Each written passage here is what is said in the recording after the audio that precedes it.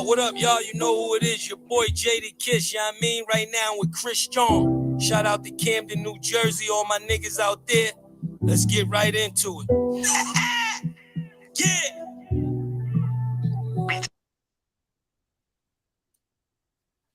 Btbtv. Chris Strong, man. Yo, born, let's get him, man. Yeah. Right now. Never off plan.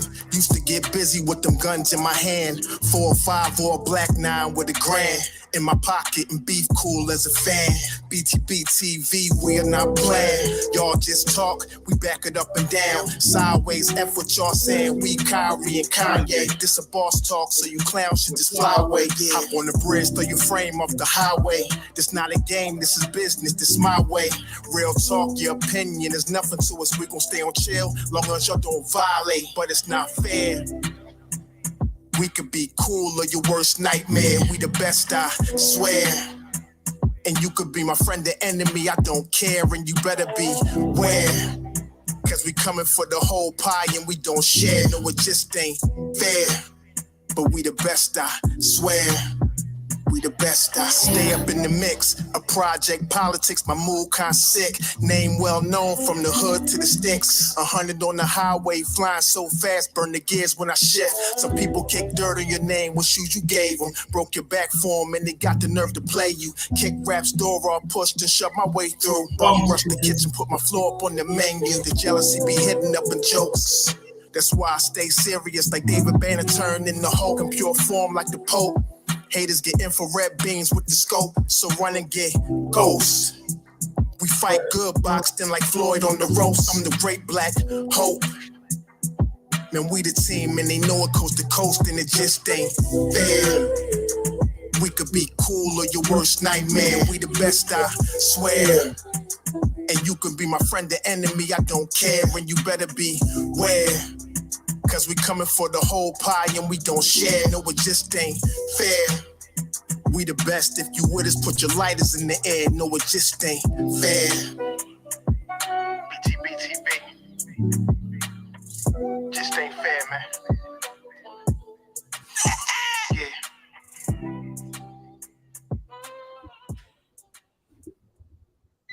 Gronk speaking. Great news, Gronk. You're going to be in the FanDuel Super Bowl commercial. So I just lift up my phone and say, new FanDuel customers bet $5, win one.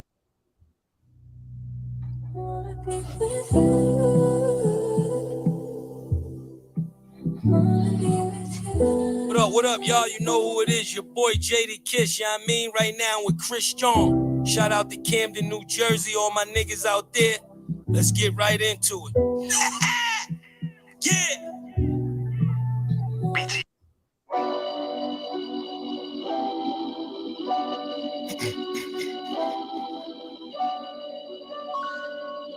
Yo, Born.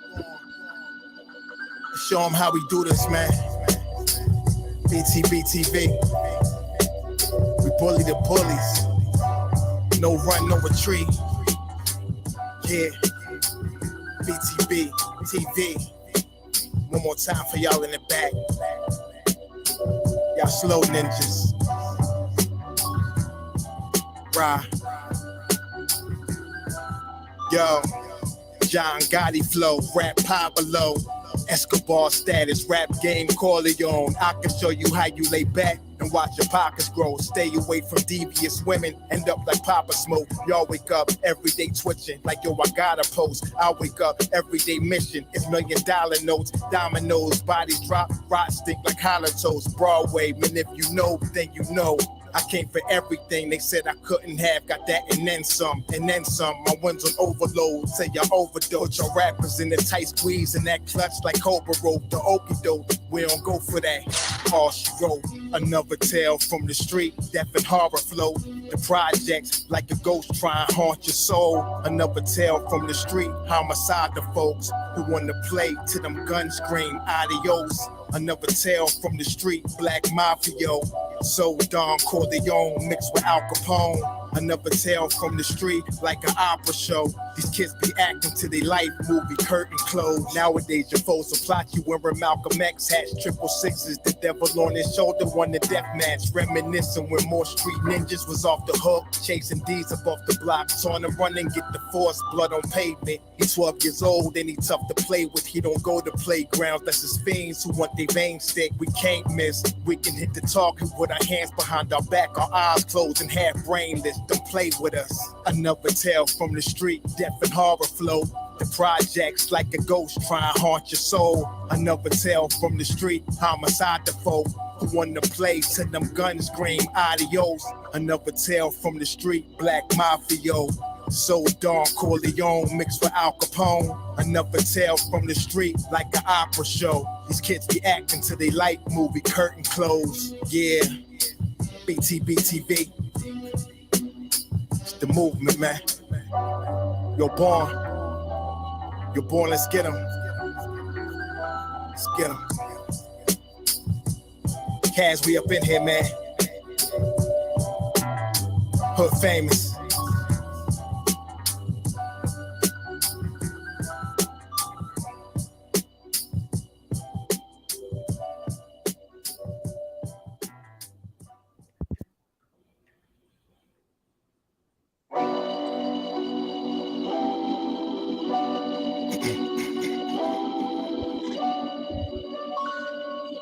You're born.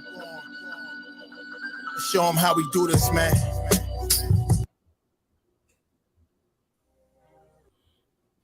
Hey, yo, this your boy.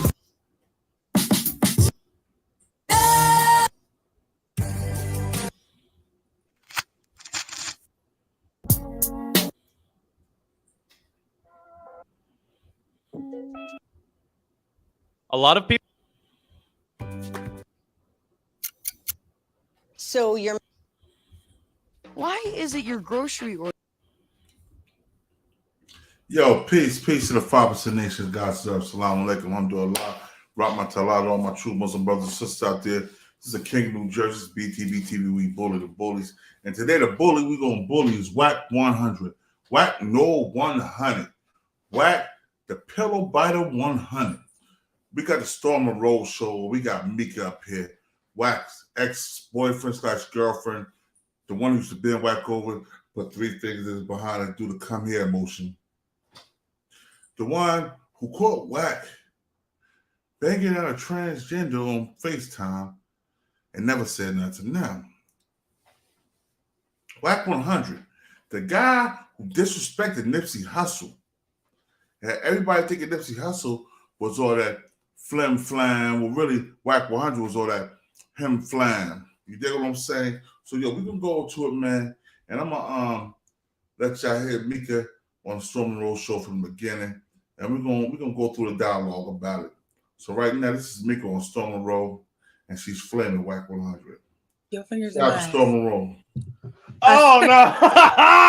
Oh no! Oh, I'm sorry. Oh.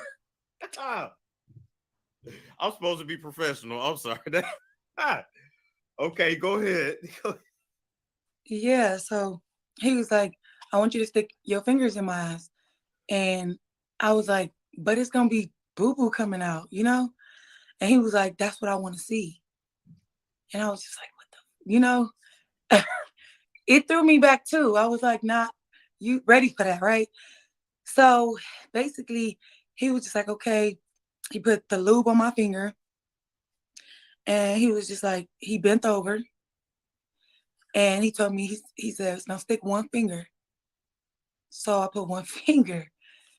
And then he was like, okay, now put 2 fingers. And I put 2 fingers. I thought that was it. But he was just like, okay, now slide one more finger. So now I'm like, yeah. So I'm like this, right? And he says, now turn your fingers around and make a come here motion. Oh, he wants you to stroke that prostate. You know what? Wow. It's a Storm Show. Ay, it's a Storm Show. Okay. All right. We're recording. So, Mika, tell the people a little bit about your show and Cocktails with Mika and what you do. Okay, so I have a podcast, and it's called Cocktails with Mika, but it's not what you think. You hear cocktails, you think alcohol. Right. Not really. It's more like cocktails and knowledge. We have like iron sharpening iron conversation. You know, we address Black social issues, relevant current events, things like that. More, but it's really adult conversation and mature conversation.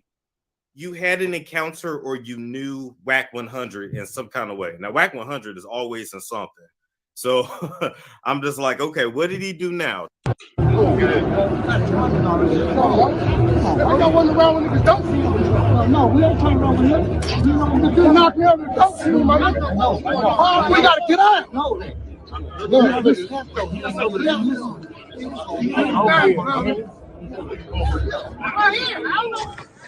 Oh, dropped him. Woo! Get out. Oh. Get out. Get out. Get out. Hey, get his plate. Get all that. Get his fucking plate. Get all that. You touch me, nigga. You tried to rush me, nigga. Yeah, get out. Damn. And what are y'all talking about? What do you mean? You was staying in Hollywood? She wasn't staying in Hollywood? Where were you? Manager, Miss Manager, was she not staying in Hollywood? Are you gonna keep it real? When we met this young lady, was she not staying in Hollywood? Like, come on, somebody got to keep it real. You over there, you know better. You telling me she wasn't staying in Hollywood? What y'all doing? What do you do now? Let us know how you actually knew Wack 100. We I don't know how to describe it. He wasn't my boyfriend. He said he was, but I guess we had a situationship, you know? Okay. So how that all started, excuse my voice, I'm kind of hoarse. You're fine. How that all started, it was like I was on Clubhouse. I went on Clubhouse looking for NBA Youngboy because he had disappeared off Instagram. I heard in a song where he said he'd be on Clubhouse. So I followed him on Clubhouse. He was boring when I went on Clubhouse, you know, so I was like, I'm about to go start seeing what Clubhouse is about. Found it's in New York rooms, you know, Wack 100 jumped in there. I'm from LA, but I never knew who Wack 100 was, ever. Oh, really? Okay. Yeah. Okay. So I never had any knowledge about his connection with the game, Blueface, none of that. I just heard that he was just this big person on this app that caused a lot of this commotion, you know? So my first interaction with him, I kind of like checked him, you know, because I was on somebody's stage moderating and he was just obnoxious and I kind of checked him a little bit. And then so from there, I opened my own room and I was holding a space to talk about those allegations that Snoop Dogg had on him a while back. Remind us of those real quick. So when everybody was talking about Snoop Dogg, that white lady that was trying to like get him for rape allegations. Oh, yeah. Okay. So I had covered that and I had like a huge room. And I guess Wack saw the room in the hallway. He jumped in the room, you know, and started having a conversation with me and everybody else. I was nervous. I'm like, oh my God, Wack in my room, you know? So I know he bring a lot of numbers. So that was our first like real interaction where we had like an adult conversation. Okay. He jumped in my back channel and he was just like, he started looking at my Instagram and he was just like, oh yeah, you're good at what you do. Keep doing it. I love your voice, you know, all that kind of stuff. And he didn't initially just go right at me at first. It was a little bit over like the course of a couple of weeks. Okay. Then finally he jumped in my DM and he was just like, oh, no. He grabbed my picture off of Instagram and put it as his profile picture.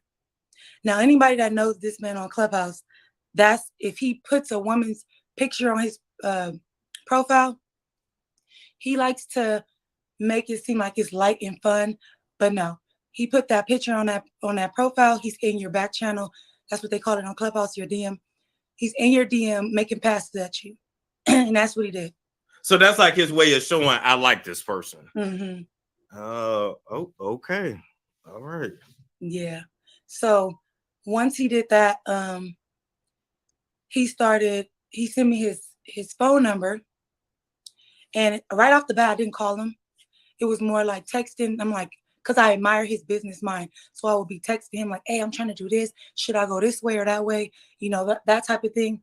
Okay. And it was cool. And then one day he just FaceTimed me. And then I didn't answer it, you know, because I was in the bed. Like, I'm not about to answer this FaceTime. And he was like, why you didn't answer FaceTime? I said, because, like, how you just who said you could FaceTime me, you know?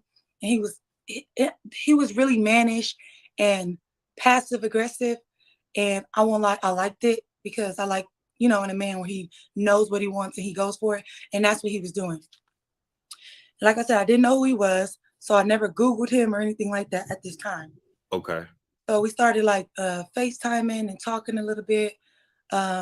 He was like coaching me on how to move and how to create my brand and things like that. He was telling me like, I'm gonna keep saying your name to bring more traffic. People start, you know, bring more attention to you. And he did that. He went further into announcing that I was gonna be a host on his podcast. What up, because he had another host. Yo, CEO this Reek. bro got a big ass CEO Reek head, didn't yo. really get along that well. She got and one of CEO Reek didn't want nobody around. Tisha Campbell so I heads call for Wack, real. like, oh, he's tripping, he's hating, you know. So Wack like, watch this. And then so he went on Instagram and he posted my picture and he was like, oh yeah, Mika is the new host of the 100 podcast show. Right. So from there, we did a couple of interviews. I wasn't in a room. I was more so on Clubhouse, and I was moderating the Clubhouse space while they were doing the interviews in person. So it came to a point where he was gonna interview Savi Third. Savi Third was his artist at the time. So he had told me, he like, when you fly private, he was like, you ain't never flew private, huh? I said no. He said, well, when I put you on this plane, I think he called it Jet X. You know, okay. Jet X is not like, you know, like not like a little baby private jet, but you know, when I say little baby, like it's not like with the baby and all the rappers be riding in. But it's like, still private. It is private, yes. Oh, okay. So, he sent me the ticket. He was like, "Watch, you ain't gonna want to fly public ever again. Watch this, and this, and that." So he was like, when the day came for me to, you know, fly, he was on my phone the whole time, like, hurry up, you better not miss that flight. You know, I Ubered all the way to the airport. And it was like I said, I never flew like this before. So it was really nice. Like I was like 5 minutes till takeoff. I hopped right out the car, went straight in, just showed my ID, no bag check, nothing. Just show your ID, you get right on the plane. Really? So it was nice. Yeah, and if I can afford it, I'll fly like that all the time. But so it was like an hour flight. I got there. He picked me up from the airport. And when I got to the airport, like I said, he was there in his little black Range Rover. I got in. Immediately, he drove.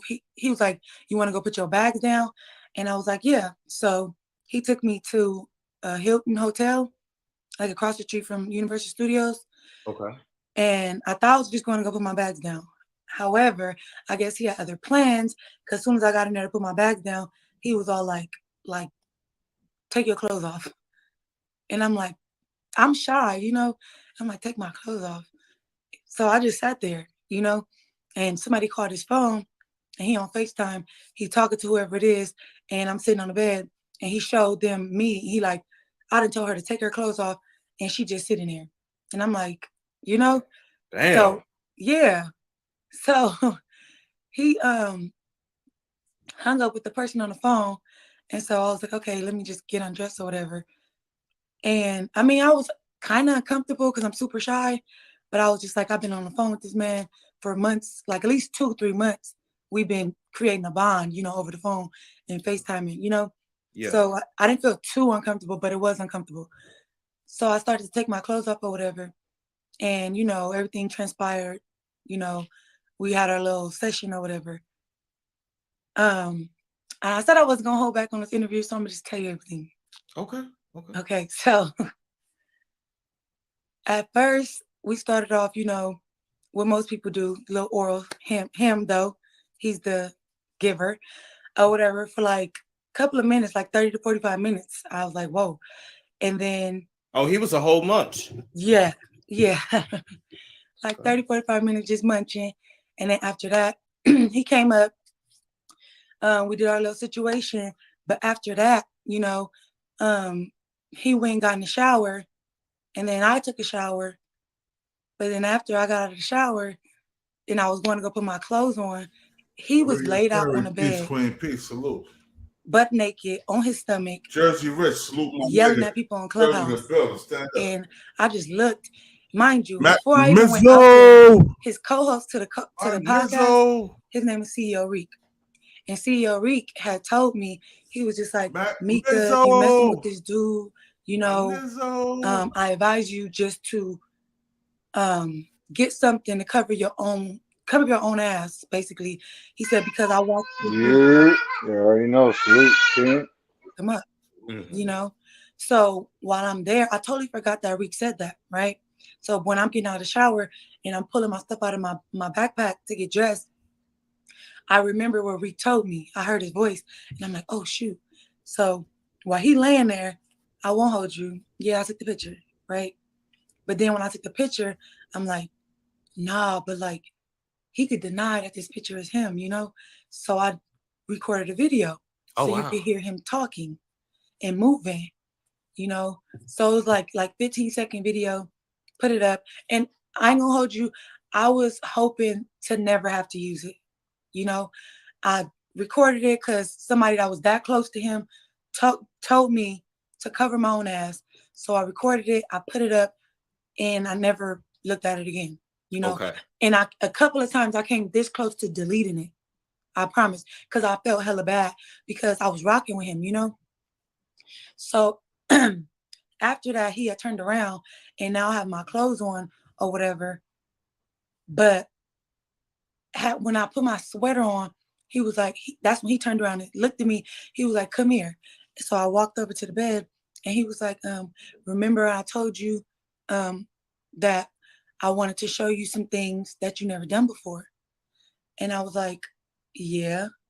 And I thought he was like talking about some other stuff because he did some real freaky stuff, but it wasn't nothing out of the ordinary freaky that men and women don't do.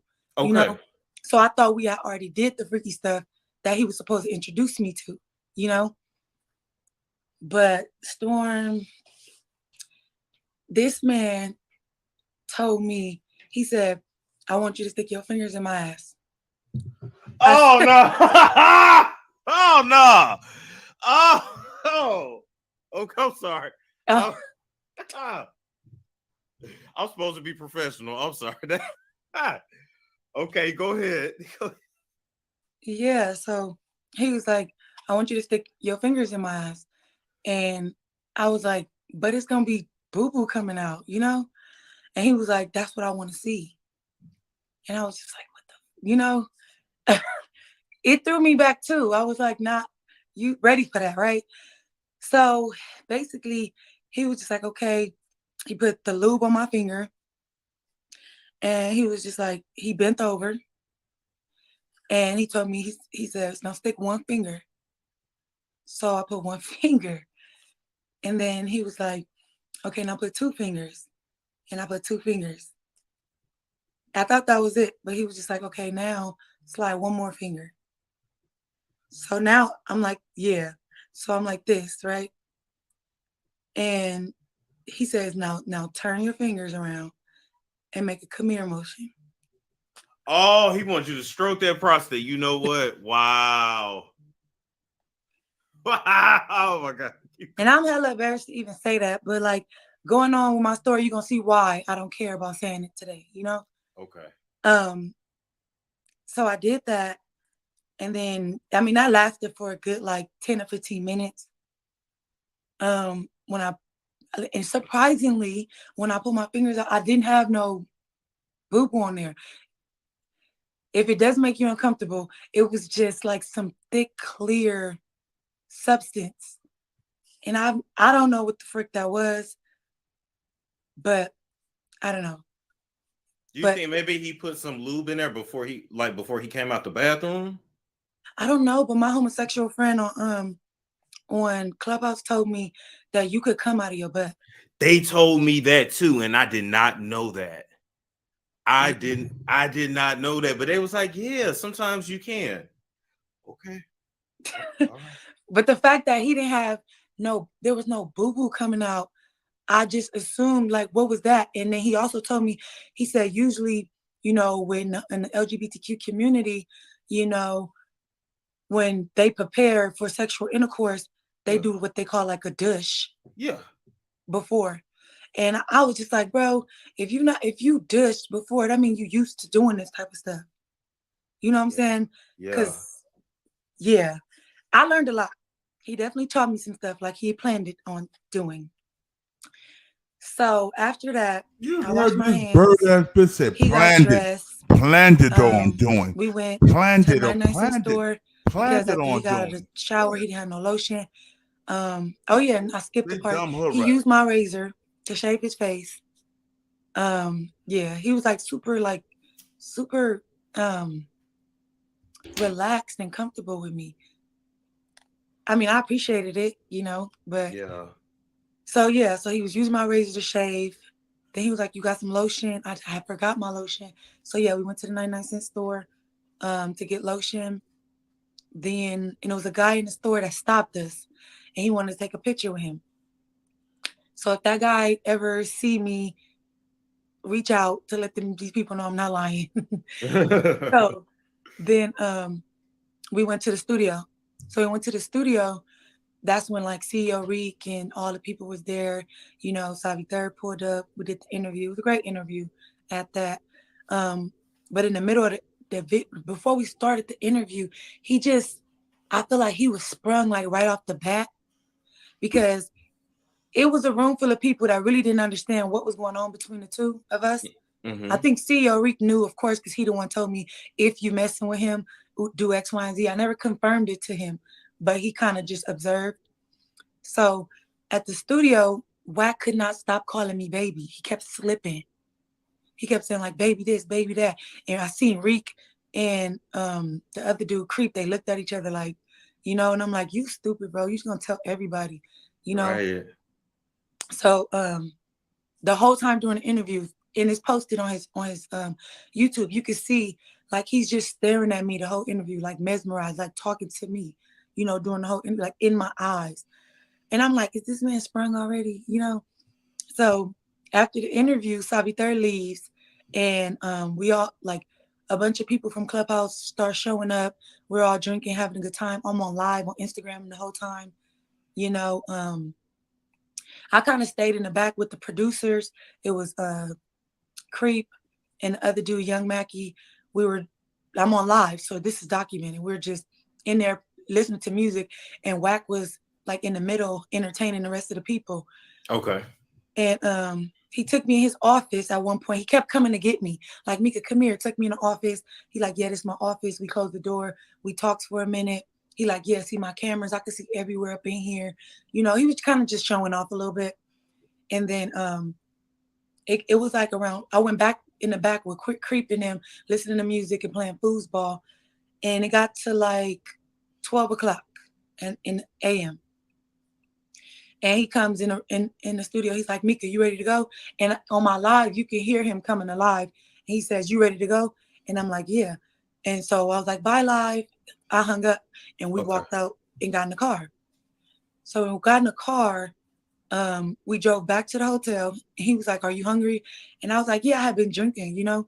So yeah, I'm starving at this point. So we get to the hotel.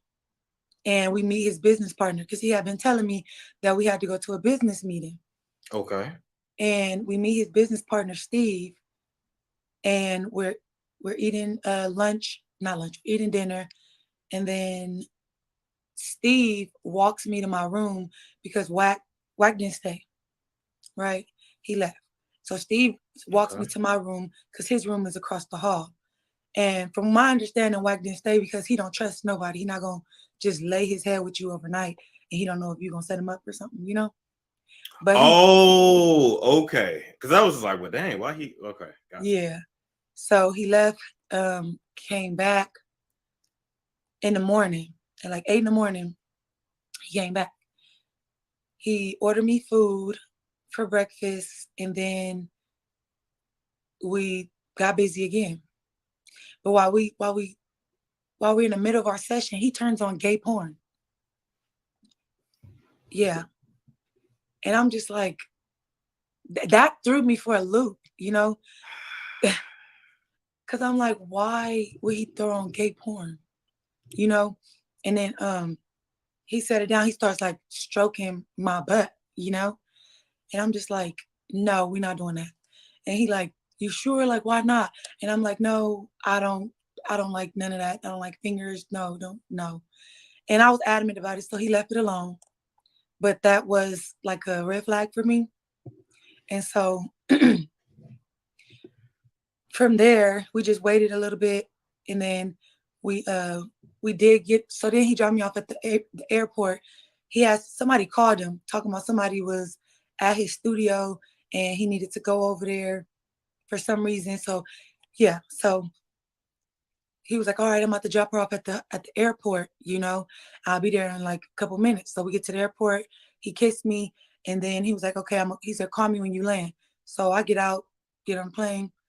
Immediately I call my best friend and I'm telling her everything, like, girl, I know you like, girl, you ain't gonna believe. I'm like, girl, he turned on gay porn. He had me playing his ass. Like, what the hell? She like, you lying. And I'm like, no, for real. So at that moment is when it was the first time that I ever Googled him. That's when I was like, oh, this nigga got a wife. You know what I'm saying? Like, okay. He do. Mm-hmm. Damn, I didn't even know that. Wow, okay. Yeah, that's when I seen he had a wife. He had children, you know. You know, at that point, I was telling my friend, I'm like, oh, he got a wife. I seen her Instagram. And I'm like, oh, she cute, you know. I was like, but why every time I talk to him, she's never around? Mind you, Storm, I'm talking to this man. He calls me all hours of the day. And at nighttime, he called me. We stay on the phone till like 6 a.m.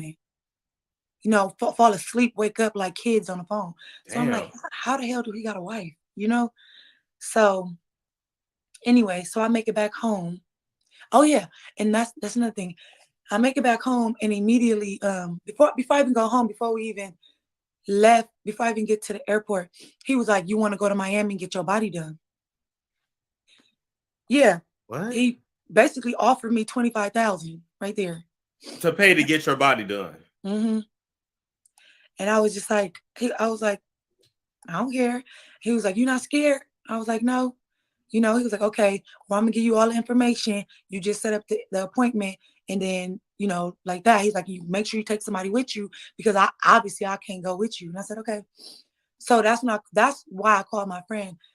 Also, and I told her like, bitch, you gonna go with me, you know, to go do X, Y, and Z, da da da. And she was like, "Yeah." Well, so I get home, and I call him, and I'm like, "Yeah, I'm home."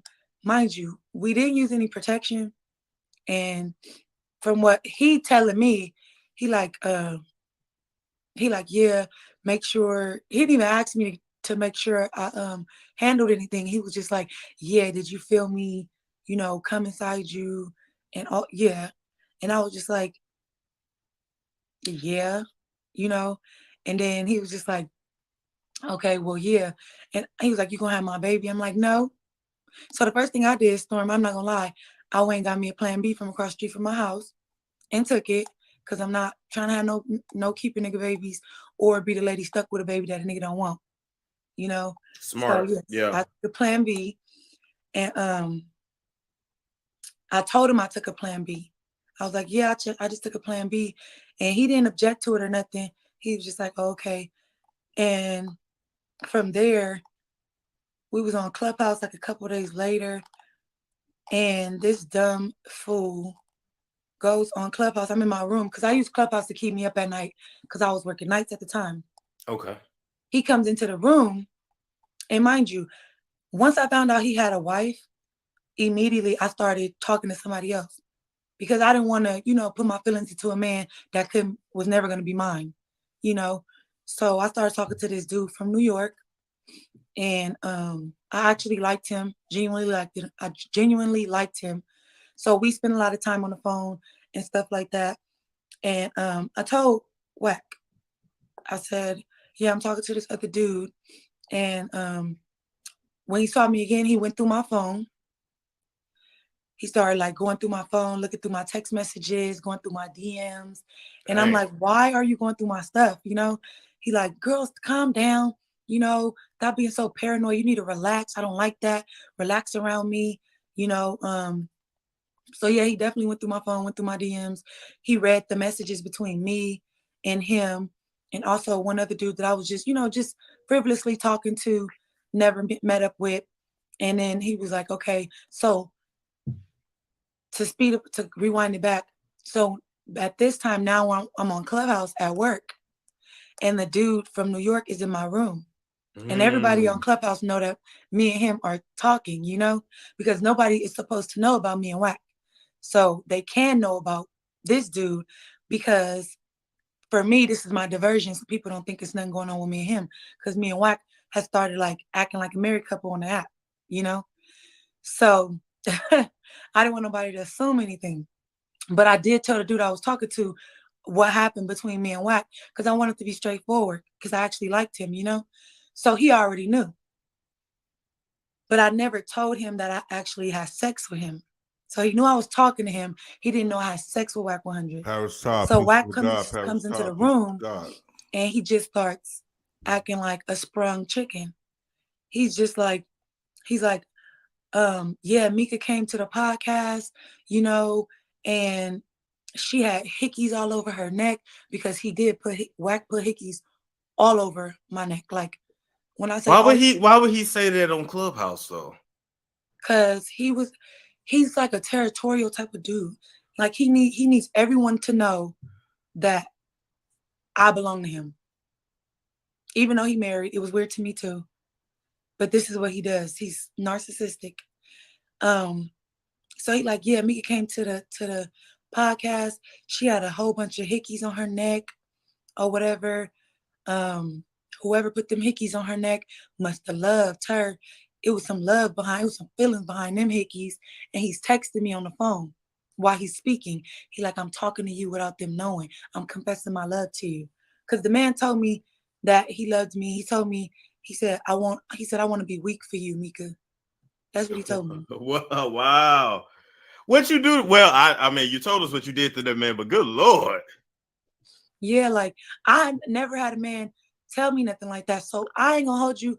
I genuinely felt like he was rocking with me, you know. So I was riding for him, because I'm like, dang, like he fucking with me, you know.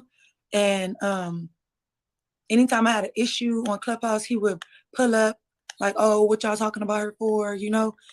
So while he's sitting there texting me talking about I'm talking to you without them knowing, he's like, oh yeah, she had some food in her room, and he was trying to make it like I had another dude in my room. I didn't like that, you know what I'm saying? Because it's making it look to the internet like I was out in LA being a whore. You know, like I just had a dude come to my room, you know, when the whole time you the dude that was in my room. Exactly. So I'm getting an attitude, you know. I'm just like, bro, be quiet. Like, stop doing all of that.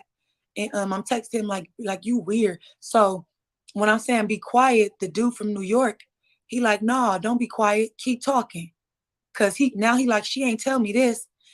So Wack catching on to it. Wack like, why this nigga mad? I thought you was just talking to him on some regular stuff. And I'm like, bro, I'm like, just shut up. He like, no, get rid of this nigga. And I have the text messages to prove it, because I never erased anything. Like, get rid of this dude, you know. And I'm like, bro, I don't have to get rid of him, because all the stuff you doing, he's not gonna fuck with me now, you know, because you making it look like I'm messing with a dude in LA, some random guy, you know. So he was just like, all right. So the dude from New York, I just got off the Clubhouse for the rest of the night, period. So he calls my phone, and he like, I told you, don't play with me. You ain't to be talking to nobody, which threw me for a loop, because I'm like, if you're married, I thought I was doing what I was supposed to do, you know, making sure I'm doing my own thing. He like, don't no nigga want they bitch to be talking to nobody else and X, Y, and Z. And I'm just like, all right. So at that moment, he made it clear to me what we were doing. And so later on in the relationship, he made it very clear because he would let me be on the phone with him while his wife was on the phone. And he was talking to her all kinds of crazy, like on his birthday, April 7th of last year. Damn. Okay. She threw him a birthday party. And I guess she didn't put no effort into it. You know what I'm saying? Because he was pissed. He was texting me about it, cussing about her, you know, and then he finally called me on the phone. And then I heard her, she comes into the room and she was like, because if you go back and look at his posts on Instagram, you can see his dinner party from his birthday. And you see his wife way on the other side of the room, eating with other men. Damn. And he told me, he was like, yeah, that bitch get on my nerve. Like, she already knows she out the door. He was like, she didn't even sit with me. I didn't want to look at that bitch face. Like, this is how he talking. So when she come into the room while we on the phone, I hear her, she like, I know you about to leave me now. Because I forget exactly what she said because it was a while ago. But I remember her saying, I know you about to leave me now because I know you something. I forgot. I just remember her saying, I know you about to leave me now. And he was like, you motherfucking right. He was like, boy, he said, look at that bullshit ass cake, plain ass cake. He was like, but don't worry about it. You ain't gonna be here for the next birthday, is what he told her. And I was on the phone. Damn. Yeah. So people, like a lot of women, would be like, well, why was you messing with him after you found out he had a wife? He let me know very, very clear that. Yo, what I want to know is why would you mess with him once you put 4 fingers in his ass and did the come here motion? That's what I want to know. Matt Mickle, why would you mess with him? Weren't they watching gay porn together? That bitch is weird. No. Hey, watching gay porn. Hold on. Yo, she might get on him cheap with on him calling her when he was having sex with a tranny. Hold on, let me get to that. What? Hold on. What did you just say? Yo. Well, let me find this. Hold on, real quick. No, hold on. I got it right here. It's in this interview. I'm gonna let you see. Well, here we go. Listen. That was over. Yes. It was pretty much over. Okay. Yeah. That's gaming and them she bros. was never there. I knew she lived in a condo somewhere else. She was never there. Only female I ever heard in the house was like his daughter would come home sometime, you know, or she would already be there when he walking in the house. I'm on the phone because we was always on the phone. He'd come in the house and his daughter was on the stairs like, oh yeah, Dad, I'm here, you know, like that. Never a woman. And I remember he would tell me like, I can't wait to see you cooking in my kitchen, come home and see you cooking in the kitchen and things like that. So he was like basically, and then he had me learning how to book his flights and stuff like that. So if you ask me, it seemed like he was grooming me for something, you know? And I was with it. I ain't gonna lie. I was with it. I was rocking with him. And it wasn't until we had a disagreement on the phone, and then he took it to Clubhouse, and he did that a lot, you know. This is the time when he was getting into it with Hassan Campbell, and Hassan Campbell had just let everybody know that he had recorded Wack 100 saying some crazy stuff about, you know, some other people, and so I'm listening to it, right, and in my room. Me and Wack are not speaking, so he don't want me in his room on Clubhouse. So one of the people in my room sent a burner account so we could stream his audio so we can hear it in my room. So we're listening. Somebody told him we were listening, and he got mad and was like, yeah, Mika's streaming my room right now. You know what? She better get it up, get that burner up out of here before I start getting before I start getting disrespectful, is what he said. Now, somebody had put me into a private, so I didn't hear him say, he said that he warned me to get out of his room, but I was in a private chat with somebody. When you're in a private chat on Clubhouse, you're in a private room. You're not in that room anymore. So I'm not hearing nothing he's saying because I'm in a private room with somebody else discussing something. So when I come back to my room, nobody told me that he said he threatened to do all of this stuff. So now I'm just listening. So the next thing I hear him say is she better get out of my room and go worry about them kids while she beating on them kids. Damn. And I was just like, oh, so at the time I had no type of situations going on at all with my children. So I'm like, why would he say that? You know, try to put it out there like I'm a child abuser, you know, and to even play with my kids. I was so livid. So immediately I was like, oh, he want to play? Want to talk about somebody's kids? I said, tell your wife who put these hickeys on my neck. And all of Clubhouse exploded because everybody already assumed and used to say little things, but nobody. But then they knew. And they knew about the hickeys because of his dumb butt, you know. So yeah, that was an uproar. He got mad because now at this time his wife be on the app. You know, like he'll call his wife on the app. Every so often his daughter be on the app. So you play with my kids. At this point, I didn't even have no intentions in talking to him anymore after that. That's why I exposed it, because I didn't care. Don't play with my kids. Y'all the L7 facts. So real talk. We after that happened, YouTube exploded, everything exploded. They started making videos, replaying it. So I blocked him and I went about my business. I had no intention of talking to him anymore. So one day I was at work, I think like 2 days went by, and he calls my phone private because he blocked. And he's like, when I answer, he like, I miss you and I'm sorry. And, you know, for Wack 100, this big, you know, gangster dude that don't bow down to nobody, him telling me he apologized, it did something for me. It moved me, I ain't gonna lie. Okay. So I was just like, okay, you apologize. And I let him right back in. So we was back talking or whatever. And once you put your fingers in his ass, you should have knew he was a gangster. He called me. Once you put 3 fingers, 4 fingers in his ass, you should have knew he was a gangster. One day he FaceTimed me. As soon as I answered it, he was with a tranny. Yeah.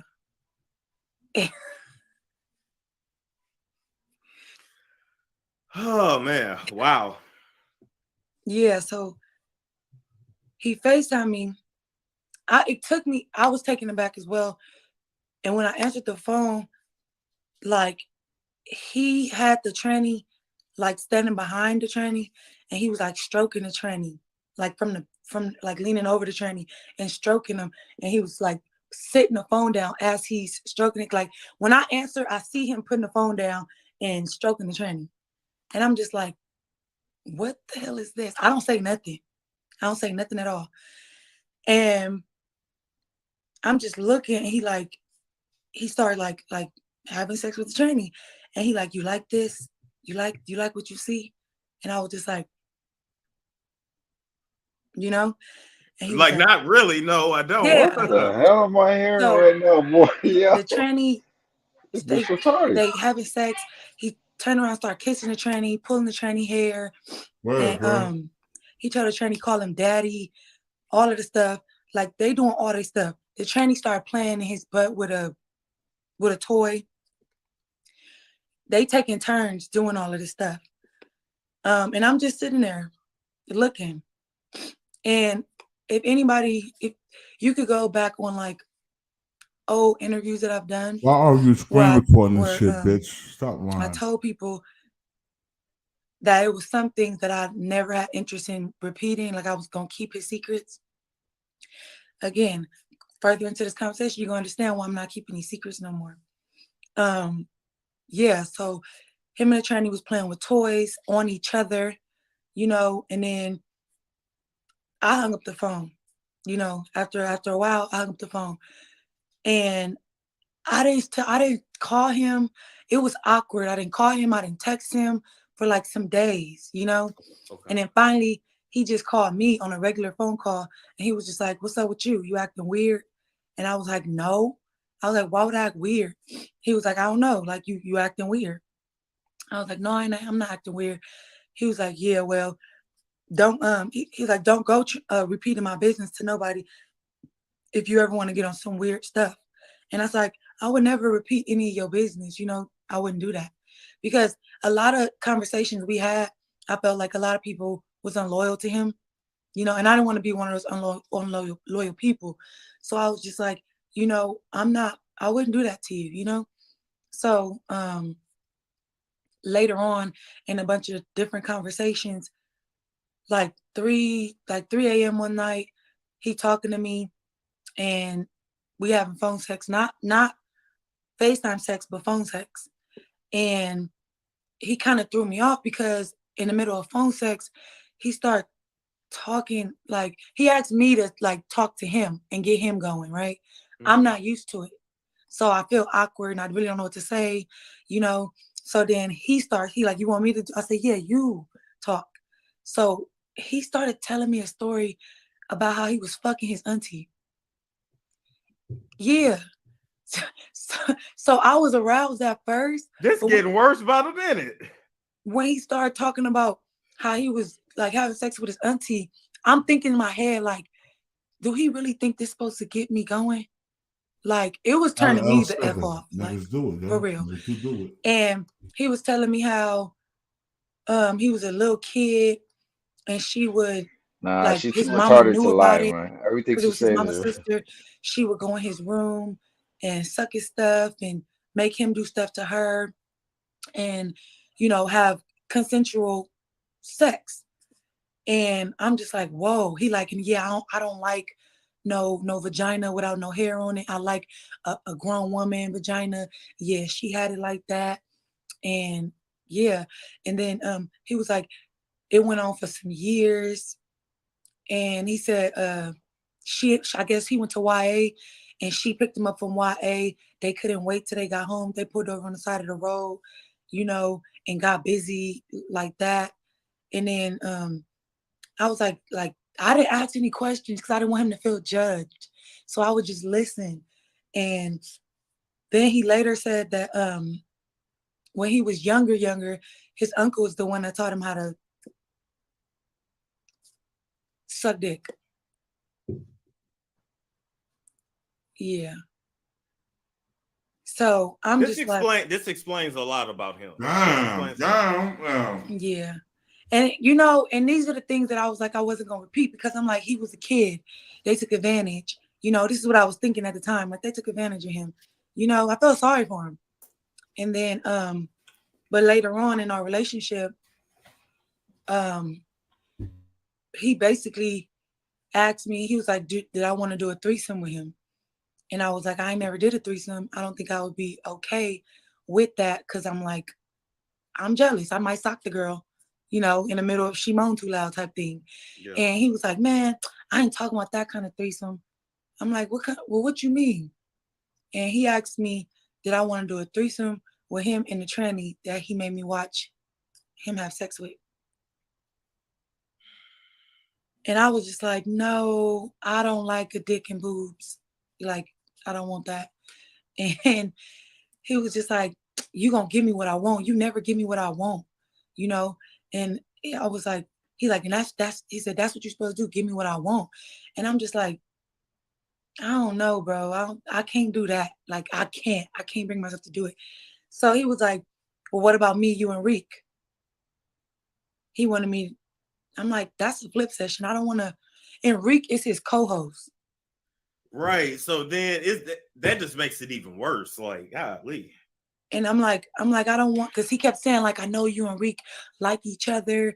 You know, they already told me y'all used to date. Me and Reek never dated, but on the Clubhouse app, Reek did show interest in me. And, you know, I was open to it for like 2 weeks. We talked on the phone and we both agreed this ain't going nowhere. Let's just stay friends. You know, so we didn't like beef or nothing because all we did was talk. And we agreed that it wasn't nothing. So we just went on about our friendship, you know? So, but he was trying to, I don't know who told Wack anything, if they lied to him or whatever, but he kept trying to make me say that me and Reek had any type of like real relationship. I'm like, no, we didn't. You know, like Reek is not my type. And that's what it came down to, you know?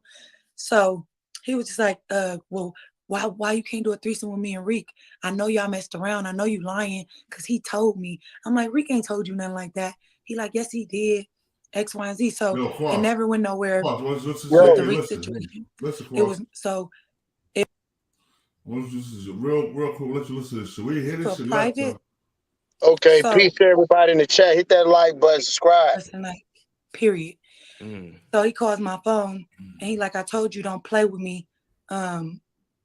You ain't to be talking to nobody, which threw me for a loop because I'm like, if you're married, I thought I was doing what I was supposed to do, you know, making sure I'm doing my own thing. He like, don't no nigga want they bitch to be talking to nobody else and X, Y, and Z. And I'm like, all right. So at that moment, he made it clear to me what we were doing. And so later on in the relationship, he made it very clear because he would let me be on the phone with him while his wife was on the phone. And he was talking to her all kinds of crazy, like on his birthday, April 7th of last year.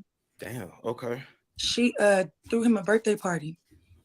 And I guess she didn't put no effort into it. You know what I'm saying? Because he was pissed. He was texting me about it, cussing about her, you know, and then he finally called me on the phone. And then I heard her, she comes into the room and she was like, because if you go back and look at his post on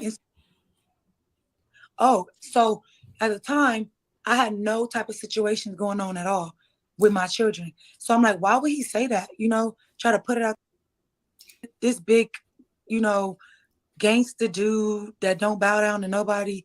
Him telling me he apologized, it did something for me. It moved me, I ain't gonna lie. Okay. So I was just like, okay, you apologize. And I let him right back in. So we was back talking or whatever. And one day he called me one day he FaceTimed me. As soon as I answered it, he was with a tranny. Yeah.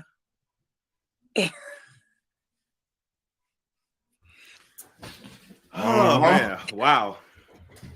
Yeah, so he FaceTimed me. I was taken aback as well. And when I answered the phone, like he had the tranny like standing behind the tranny and he was like stroking the tranny, like from like leaning over the tranny and stroking him. And he was like sitting the phone down as he's stroking it. Like when I answer, I see him putting the phone down and stroking the tranny. And I'm just like, what the hell is this? I don't say nothing. I don't say nothing at all. And I'm just looking and he started like having sex with the tranny. And he like, you like this? You like what you see? And I was just like, you know? And he was Like, not really. No, I don't. Yeah. So the tranny, they having sex. He turned around, started kissing the tranny, pulling the tranny hair. And he told the tranny, call him daddy, all of the stuff. Like they doing all this stuff. The tranny started playing in his butt with a toy. They taking turns doing all of this stuff. And I'm just sitting there looking. And if anybody, if you could go back on like old interviews that I've done, where I told people that it was some things that I never had interest in repeating, like I was gonna keep his secrets. Again, further into this conversation, you're gonna understand why I'm not keeping these secrets no more. Yeah, so him and the tranny was playing with toys on each other, you know, and then I hung up the phone, you know, after a while, I hung up the phone. And I didn't call him. It was awkward. I didn't call him. I didn't text him for like some days, you know? Okay. And then finally, he just called me on a regular phone call. And he was just like, what's up with you? You acting weird? And I was like, no. I was like, why would I act weird? He was like, I don't know. Like, you acting weird. I was like, no, I'm not acting weird. He was like, yeah, well, don't, he's like, don't go repeating my business to nobody if you ever want to get on some weird stuff. And I was like, I would never repeat any of your business. You know, I wouldn't do that. Because a lot of conversations we had, I felt like a lot of people was unloyal to him, you know, and I didn't want to be one of those unloyal people. So I was just like, you know, I wouldn't do that to you, you know? So later on in a bunch of different conversations, like 3 a.m. one night, he talking to me and we having phone sex, not FaceTime sex, but phone sex. And he kind of threw me off because in the middle of phone sex, he started talking, like he asked me to like talk to him and get him going, right? I'm not used to it. So I feel awkward and I really don't know what to say, you know? So then he like, you want me to? I said, yeah, you talk. So he started telling me a story about how he was fucking his auntie. Yeah. So I was aroused at first. This getting worse by the minute. When he started talking about how he was like having sex with his auntie, I'm thinking in my head, like, do he really think this is supposed to get me going? Like, it was turning me the F off, like, for real. And he was telling me how he was a little kid and she would, like, his mama knew about it because it was his mama's sister. She would go in his room and suck his stuff and make him do stuff to her and, you know, have consensual sex. Look at her name, And I'm Cocktails just like, with whoa. Mika. He like, yeah, I don't like This bro. no vagina without no hair on it. I like a grown woman vagina. Yeah, she had it like that. And yeah. And then he was like, it went on for some years. And he said I guess he went to YA and she picked him up from YA. They couldn't wait till they got home. They pulled over on the side of the road, you know, and got busy like that. And then I was like I didn't ask any questions because I didn't want him to feel judged. So I would just listen. And then he later said that when he was younger, his uncle was the one that taught him how to suck dick. What? Yeah. You heard it. So I'm This just like, this explains a lot about him. You see what Ronald Henley put? yeah. Ray J's booty And band. you know, and these are the things that I was like, I wasn't gonna repeat because I'm like, he was a kid. They took advantage. You know, this is what I was thinking at the time. Like they took advantage of him. You know, I felt sorry for him. And then, but later on in our relationship, he basically asked me, he was like, did I want to do a threesome with him? And I was like, I never did a threesome. I don't think I would be okay with that because I'm like, I'm jealous. I might sock the girl, you know, in the middle of she moaned too loud type thing. Yeah. And he was like, man, I ain't talking about that kind of threesome. I'm like, what you mean? And he asked me, did I want to do a threesome with him and the tranny that he made me watch him have sex with? And I was just like, no, I don't like a dick and boobs. Like, I don't want that. And he was just like, you gonna give me what I want. You never give me what I want, you know? And I was like, he said, that's what you're supposed to do. Give me what I want. And I'm just like, I don't know, bro. I can't do that. Like, I can't bring myself to do it. So he was like, well, what about me, you, and Reek? He wanted me. I'm like, that's a flip session. I don't want to. And Reek is his co-host. Right. So then that just makes it even worse. Like, golly. And I'm like, I don't want, because he kept saying, like, I know you and Reek like each other. You know, they already told me y'all used to date. Me and Reek never dated. But on the Clubhouse app, Reek did show interest in me. And, you know, I was open to it for like 2 weeks. We talked on the phone and we both agreed this ain't going nowhere. Let's just stay friends. You know, so we didn't like beef or nothing because all we did was talk. And we agreed that it wasn't nothing. So we just went on about our friendship, you know? So, but he was trying to, I don't know who told Wack anything, if they lied to him or whatever, but he kept trying to make me say that me and Reek had any type of like real relationship. I'm like, no, we didn't. You know, like Reek is not my type. And that's what it came down to, you know? So he was just like, well, why you can't do a threesome with me and Reek? I know y'all messed around. I know you lying because he told me. I'm like, Reek ain't told you nothing like that. He like, yes, he did, X, Y, and Z. So it never went nowhere with the Reek situation. It went more later on. He started asking me to have a threesome with this girl that I call African Nick, and I ain't gonna say her real name, but anybody that know this situation, y'all know who African Nick is. So he wanted me to have a threesome with her. Mind you, this girl's ugly as hell. She got a nice body, but she big, tall, and hooga booga ugly. And I'm like, no, I'm not doing nothing with her. Like, no.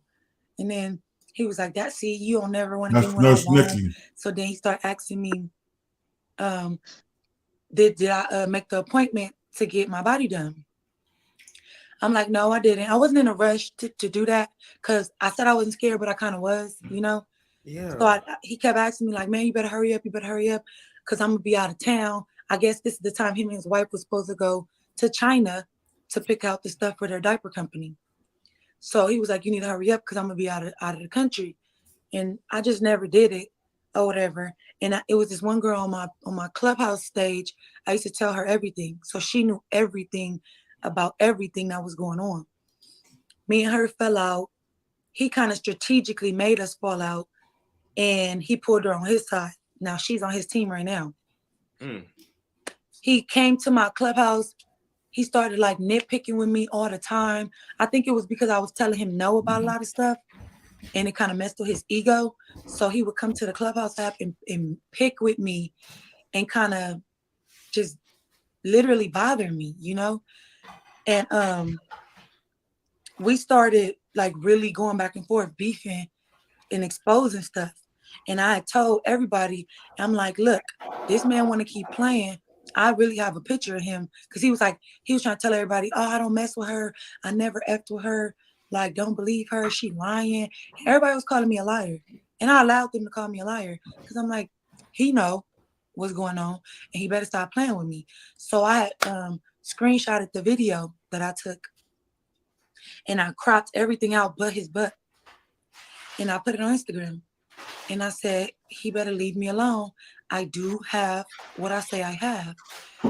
And everybody was like, oh, Mika posted a video, but I cropped it so he could be able to deny it on purpose. It was just really like a warning shot, like, leave me alone, you know, or I'll drop this.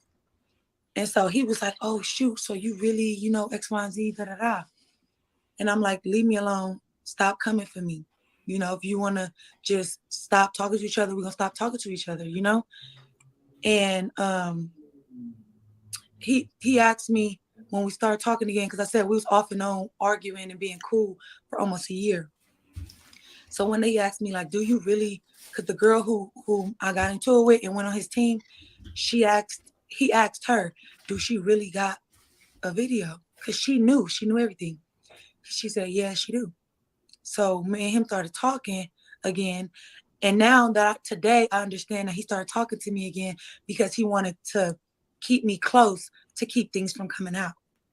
When I thought that, because he was telling me we're going to work on our relationship, you know, we're going to try to do better. So I'm thinking that's what we're doing. But really, he just trying to keep me close. So anyway, he asked me to send him what I had. I sent it to him. And when I sent it to him, he was so mad. He was like, I trusted you, you know, you were supposed to be my woman. You were supposed to be my bitch. I was grooming you, you know. He said, now my wife, she could literally sue me and take me for millions if she ever believed anything you're saying. He was like, I can't take you out in public. I can't bring you around my kids because he had planned on introducing me to his children. And now he can't because now what his daughter knows is that I'm the side chick that, you know what I'm saying, breaking up the family. Because the little girl didn't know that his wife was actually had a relationship with my homeboy, which I knew this for a fact. She was sending him money in jail. And I was asking him for the receipts because I seen it in his DM. Because at one point I had his passcode to his Instagram. And I seen the wife in there. I just didn't know that was Wack 100's wife. So once I seen what she looked like, I'm like, this the girl, this her Instagram page. She fuck with my friend. And she be sending, I seen the green dots. She was sending him 3,500 here, 5,000 there. She was sending him real money. So I was like, can I screenshot it so I could, you know, slam dunk this fool? He like, nah, Mika, because she's still sending me money. I ain't trying to stop my cash flow, you know, and I understood it. I understand that. Yeah. So I understand that, yeah. So I left it alone. And so Wack got the whole internet calling me a liar. He never did nothing with you. You a liar, Mika. This, and other. So I was like, okay, whatever. I ain't tripping. So we came back together, started talking again for like the umpteenth time. This time, he's talking different on the phone. You know what I'm saying?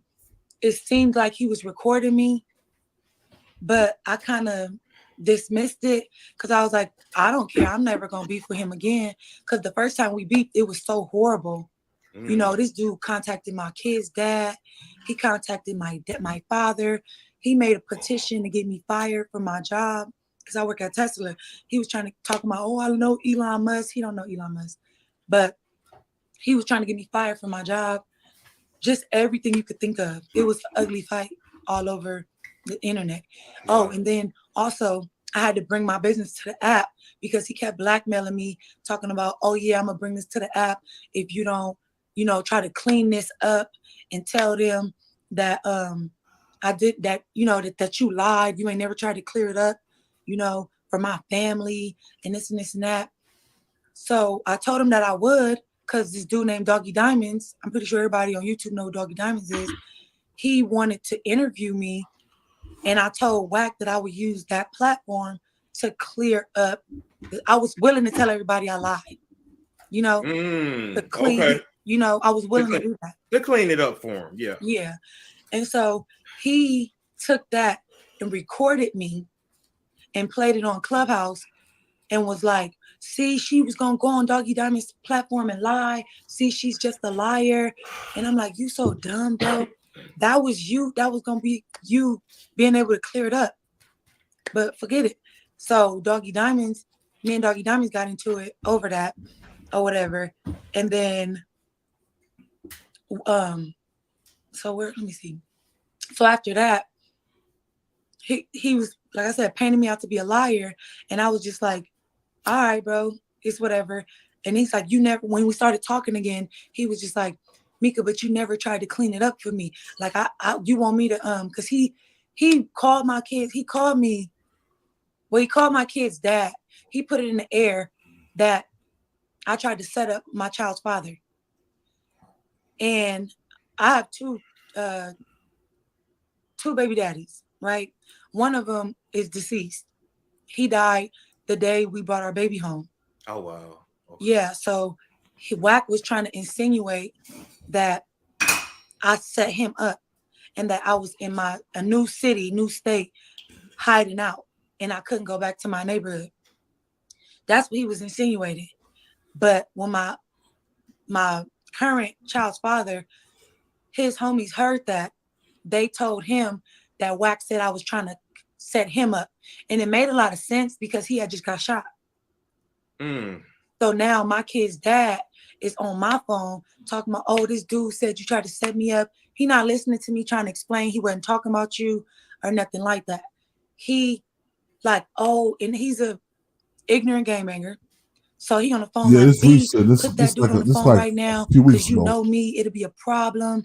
And he has done things to me before, you know what I'm saying, that I've already expressed publicly. He almost killed me before. So by him telling me to do this type of stuff, you know, I'm just like, let me get this man on the phone before he hurt me, you know?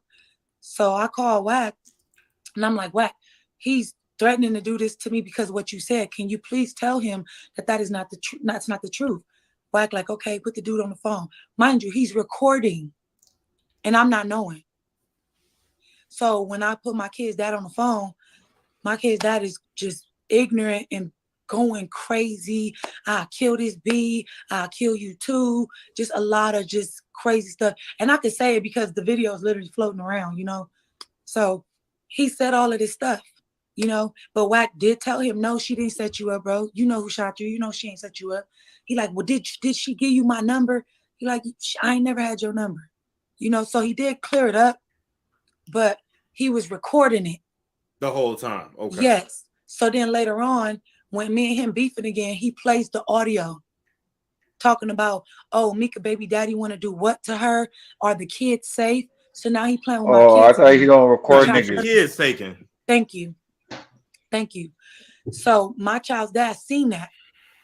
Now me and him is in a custody battle right now today because of that. Yeah. So this is Wack playing game with people's children. So and your life. Thank you. Because that's really what it come down to. It's deeper than just, oh, we slept together, whatever. You trying to get my kids taken, might get me killed, like. So okay. I have my oldest child, the one I told you her dad passed away. So she's 15 and she's grown as hell, not fast, just grown, thinks she could do what she want, you know. So she comes to my house after I told her she was on punishment at 3 o'clock in the daytime. Then she disappears, sneaks out the house, and I don't see her at 9 o'clock p.m. Okay. So when she came in the house, you goddamn right, I got a belt and I whipped her little ass. Even though she was 15, I used the belt because I needed to remind her, you are a child, you know? So she was mad that she got a whooping and she called the police. She calls the police, and this is related to this, so I have to tell you this. I know it seemed like off the wall, like, why is she telling me this? But so she calls the police, right? She leaves the house at 2 in the morning and calls the police. I whooped her at 9. She snuck out the house at like 2 in the morning when I'm asleep, and she goes to the neighbor house and calls the police. Mind you, the reason why she's on punishment is because she had a fight at school and 2 girls jumped her, but she started it. That's why she on punishment. And they jumped her, kicked her in her eye's swollen. But when she goes to the neighbor, she tells the neighbor, oh yeah, I don't want to go back to my mama's house. I just need to stay away for a couple of days. The neighbor like, well, what happened to your eye? She gonna say, my mama did it. Damn. So she says, my mama did it. And the neighbor like, well, I need to call the police if your mother did this. And my daughter like, no, don't call the police. I just want to be gone for a little while. The lady called the police anyway, which, I mean, I think anybody would have. Anybody would have, yeah. So she calls the police come to my house, and the police asked me what happened. I tell the truth. I whipped her little ass. She was being grown, because it's not illegal in my state to whip your child with a belt. You just can't leave no marks. But my daughter told the police, she came back down now. She didn't already told the lady that I did that to her eye. So right then, the police take me to jail, because I admitted to whipping her, and she got that eye. So now they think you hit her in the eye. So damn. So I go to jail, and while I'm in jail, guess who the first person I call? Wack 100. He's recording the phone call from jail. Ain't that some sucky shit? So he records the phone call of me calling him, and it sounds so crazy. I'm sad and stuff, telling him everything that happened on the audio.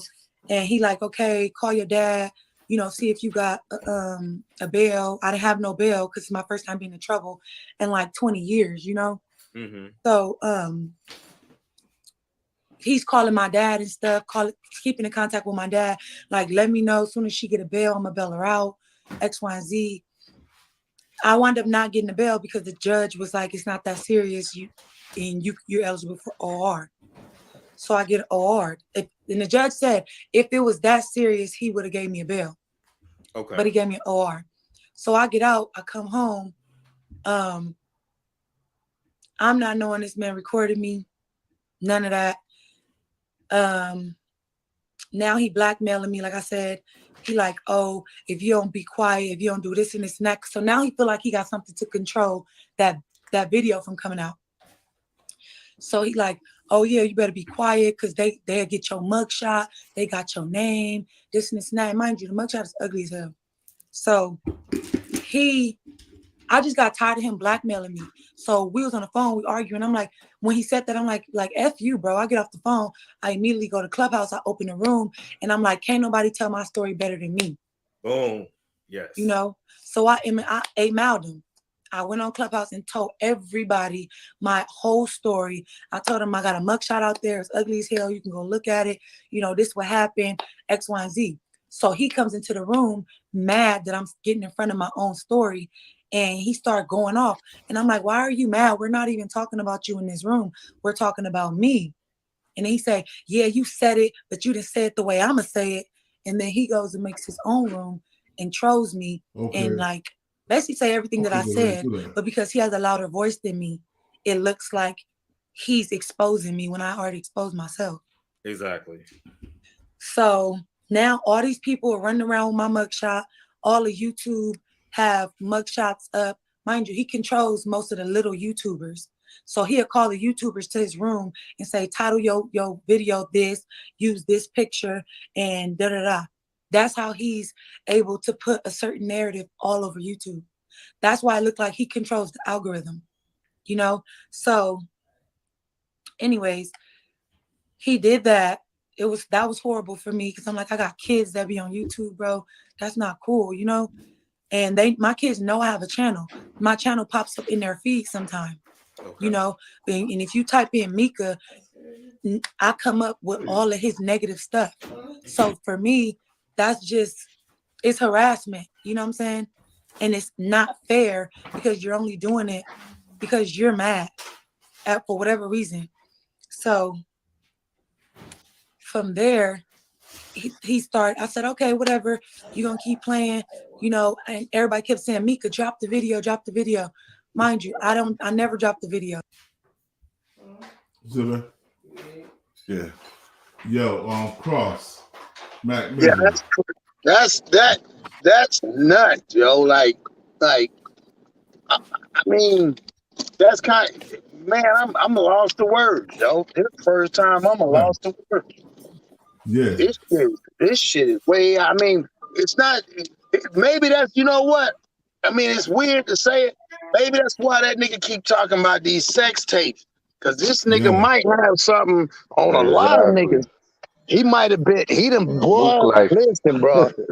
Bro, if he did that with because if he did that with he did that with a female, and she said in the video he had a thing. You know what I'm saying? I'm being politically, I'm trying to be politically correct. Trans Am.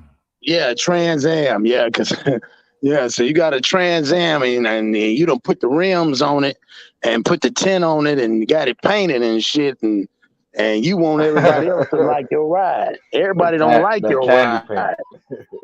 Yeah, got candy paint all over it, dog. That shit turn colors in the daytime when the sun hit it. Yep. Yo, Cross, you heard me? That shit that turn colors in the daytime when the sun hit it. I don't know. Cross. Yep. Yes, sir. Yes, sir. I hear you. Trans Am to turn colors in the daytime when the sun hit it. Man, like I'm telling you, you know that flip flop. That's that candy paint flip flop. Yeah, he got he done got about 3-4 coats on that thing, don't he? That's that candy paint. Yeah, that dude right there, man. That dude right there is something else. He's a degenerate. Here's my thing. Here's my thing. I respect what he's saying, but my thing, here's the question I got for you, all right? So that being said, does she have, I mean, she on here talking, but you know how nowadays it is. One, this the fucked up part. Being in the industry now, even if she came out, all right, and said that, it ain't gonna do no bit of a good, dog. Number two is if she had to backfire on him and she had a video, like he claimed he got all these videos, you know what I mean? Maybe that would get it. But her saying it, it's wild what she's saying. But shit, ain't no other proof but that video, though. Yeah. This nigga said he watched the Nipsey Hustle tape 99 times. He did 199 times, bro. 199 times he watching that. Yeah, he was infatuated with him. He was turned on by it, or might not have been Nip. It could have been the Nip. This has a tall light. Been a lookalike. Right. Say what now? This has a tall light skin with long hair. Yep. All right. That's crazy. So she said that his uncle violated him a long time ago. And she said she felt bad for him that he had got violated. But then he steady want to get violated. You can't be mad at nobody for that. Goddamn, dog. One, okay, you got violated, but they ain't violated no more. It's fun now. That nigga was on some fun shit. That was some different. That's different, bro. Like Man, but you know what? Outside Campbell was having a 69. And she stayed talking to him. So he was messing with the kid with the rainbow hair too. Yeah, you know what? He might have had, but no, that's real. Because you know what? They also say that, when you get that much money, I've heard your boy with the rainbow hair say it off the rip. You make that much.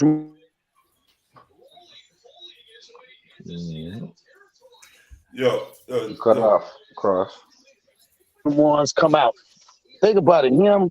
Him, Ray J, all them, they all cool.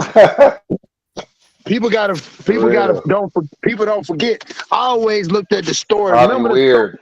The story, like people fail to realize the true story. Like think about it with Dr. Dre, right? When he met Game, right?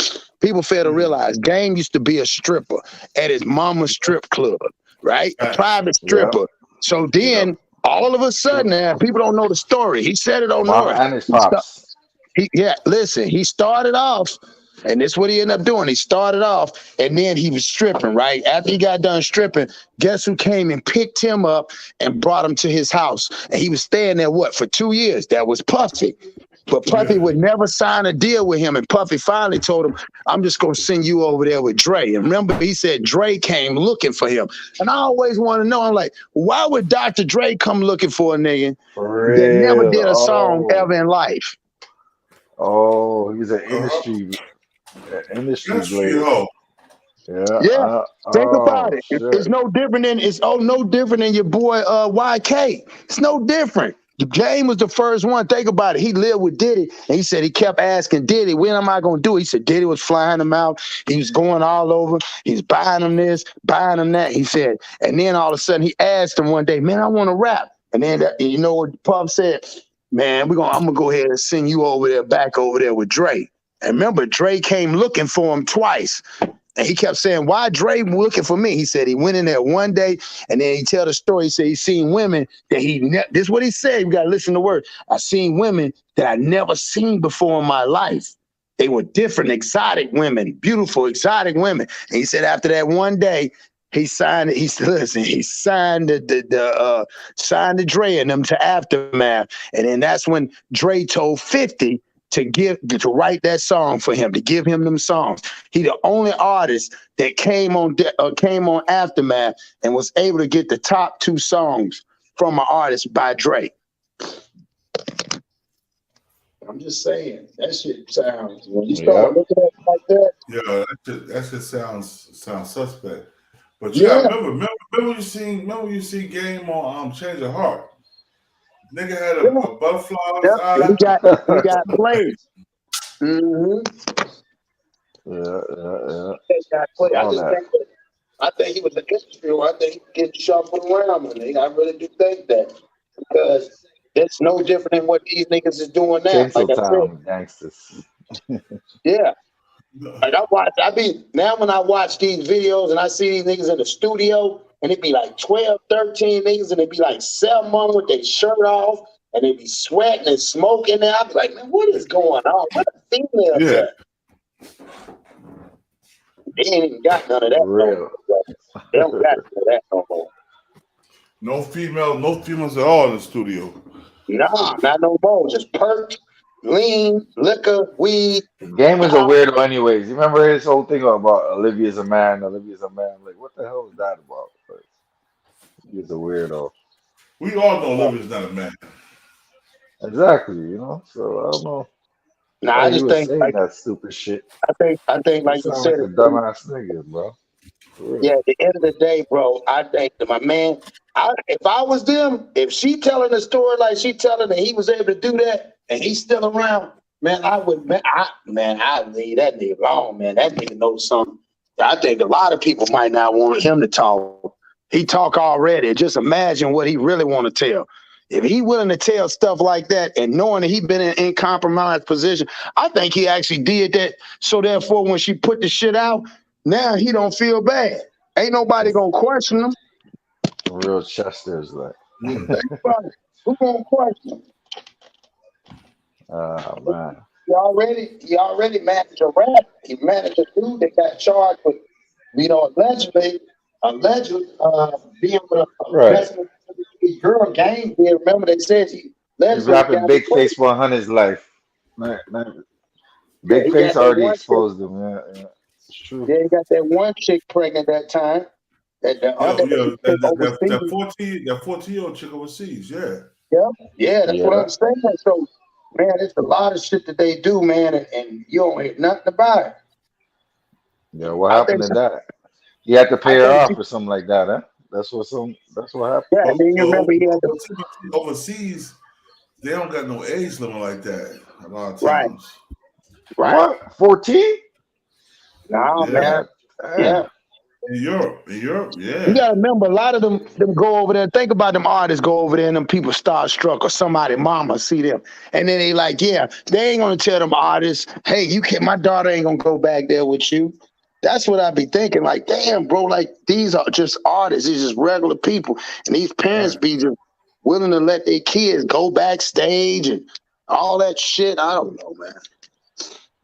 I think that's crazy though. I can't believe your boy pulled, like he had a Trans Am, and he pulled that motherfucker out in front of another female.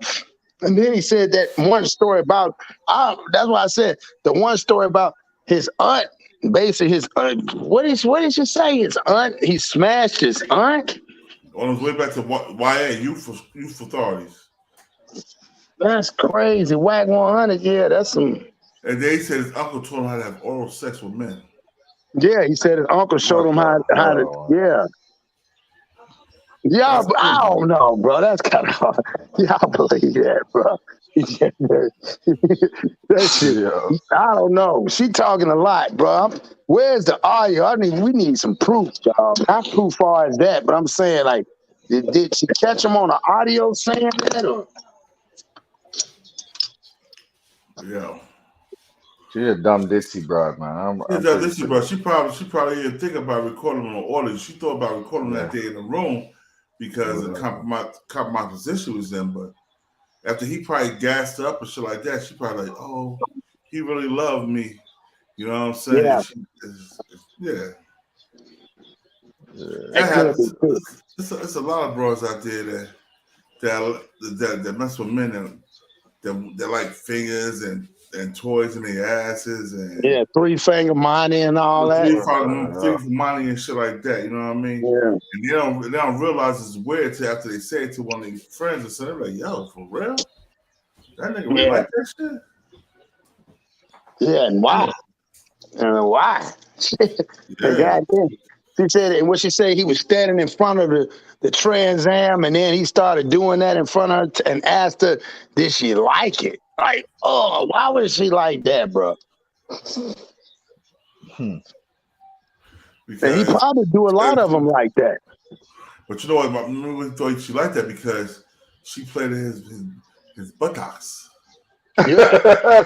But what I'm saying is, maybe the fact that she did that, he like, okay, well, she game. You know, like they say in the industry, okay, hey, here go this dress, put this dress on. Or when you in there, you got a hairstylist, or you got a person that's your stylist, that's a dude that's kind of, whatever. And then boom, he sit there joking. Next thing you know, they saying, okay, he ready or she ready. Because when he did that, he probably thought, oh yeah, she loved me. to do something like that, she really liked it. Yeah. Facts. Hey yo, Mac, what you got in the background, man? Mac be having all types of stuff going on. Oh, my bad. I'm watching the basketball game. My bad. No, man. Let me put this stuff. My bad. That boy Mac be on everything. Yeah. I got a game on, music going. Part itself. Yeah, you know. Yeah, but yo, this was a good live, yeah. I'm glad we was able to do this shit, man. So when did you come out with this, boy? Like 3 weeks ago. Wow. And see, why did you get no traction? He's still running his mouth out there. It's crazy. I don't know what's going on. Something ain't right. It's almost like he's about that. My thing is, all it takes is for a person nowadays to say, "So what? I did it. So what? I don't care." right? And then like, well, I guess he did. And the problem is people attention span too short. They on to the next Right. thing. After 2-3 days, that's why they say now in the internet world, wait 72 hours and it'll go away. Niggas still gonna want to do business with Wack. And that shit's whack. Man. You know what I mean? But yo, I'm about to end this, man. I did 3 hours back to back. Yo. This is the king of You did your thing. You did your thing, God. Yeah. Good day. King of New Jersey. This is Btbtv. We bully the bullies. I'm the honorable host, born divine almighty Allah. Yo, check this out. We ain't no bloods, so no crits. We doing our own thing. Btbtv that started his own thing. And nigga, what? Nigga, what? I got Cross, aka the plug in the Big Mac Mizzle. Yo, we did it like that, man. Yo, I'ma holler at y'all niggas another day. This is peace. Yo, we out of here. Peace. Peace.